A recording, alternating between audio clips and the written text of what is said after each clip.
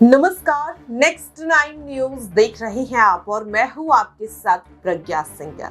उत्तर प्रदेश की सियासत लोकसभा चुनाव जैसे जैसे नजदीक आ रही है, एक अलग ही मोड़ लेती हुई नजर आ रही है।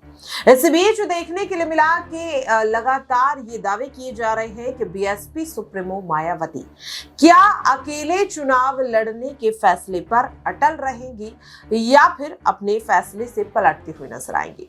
दरअसल अपने जन्मदिन के खास मौके पर 15 जनवरी को मायावती ने एक प्रेस कॉन्फ्रेंस करते हुए ये साफ कर दिया कि वे अकेले चुनाव लड़ेंगी, जिसके बाद इंडिया गठबंधन में खलबली मच गई और उन्हें मनाने की कोशिश भी कांग्रेस और सपा द्वारा की गई। इस दौरान मायावती तमाम ऑफर्स को ठुकराती हुई नजर आई और अब कहा जा रहा है कि आज के दिन मायावती कोई बड़ा फैसला लेती हुई नजर आ सकती है। दरअसल आपको बता दें कि बीएसपी संस्थापक काशी राम जी की आज जयंती है और ऐसे में पार्टी एक आयोजन करती हुई नजर आ रही है और ये भी कहा जा रहा है कि बीएसपी सुप्रीमो आज एक प्रेस कॉन्फ्रेंस करने वाली है और ऐसे में क्या वो अपने फैसले को बदलती हुई नजर आएंगी, ये कयास लगातार लगाए जा रहे हैं।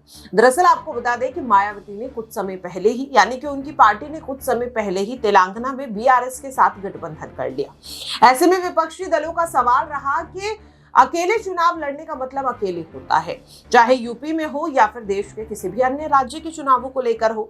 और अब माना जा रहा है कि शायद यहाँ पर बीएसपी सुप्रीमो जो है वो चंद्रशेखर आजाद की पार्टी के साथ गठबंधन करती हुई नजर आ सकते हैं। यहाँ पर आपको बता दें कि आज का दिन काफी ज्यादा अहम है, जिसे लेकर बीएसपी सुप्रीमो ने सोशल मीडिया प्लेटफॉर्म एक्स पर एक पोस्ट साझा की है। सबसे पहले आपको ये बताते हैं कि आखिरकार मायावती ने उस पोस्ट में क्या लिखा। तो सबसे पहले मायावती ने यहाँ पर सीधे सीधे कार्यकर्ताओं को बधाई दी काशीराम जी की जयंती की।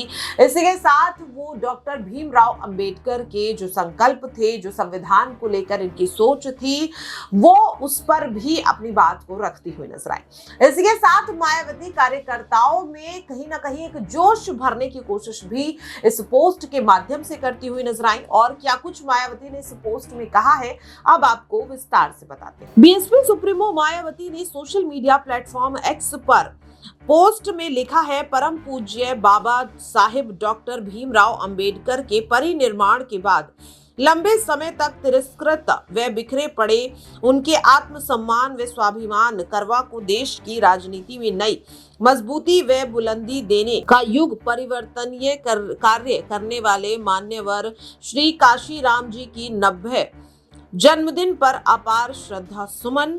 इसके आगे मायावती लिखती हैं, बाम सेफ डीएस वे बहुजन समाज पार्टी की स्थापना कर उसके अनवरत संघर्ष के जरिए यूपी की सत्ता की मास्टर चाबी प्राप्त करके बहुजन समाज हेतु सामाजिक परिवर्तन व आर्थिक तरक्की के जो मिशनरी लक्ष्य उन्होंने प्राप्त किया वे ऐतिहासिक और अतुलनीय है, जिसके लिए वे बहुजन समाज नायक वे हमेशा अमर ही रहेंगे। वो बहुजन नायक बन गए और हमेशा अमर रहेंगे।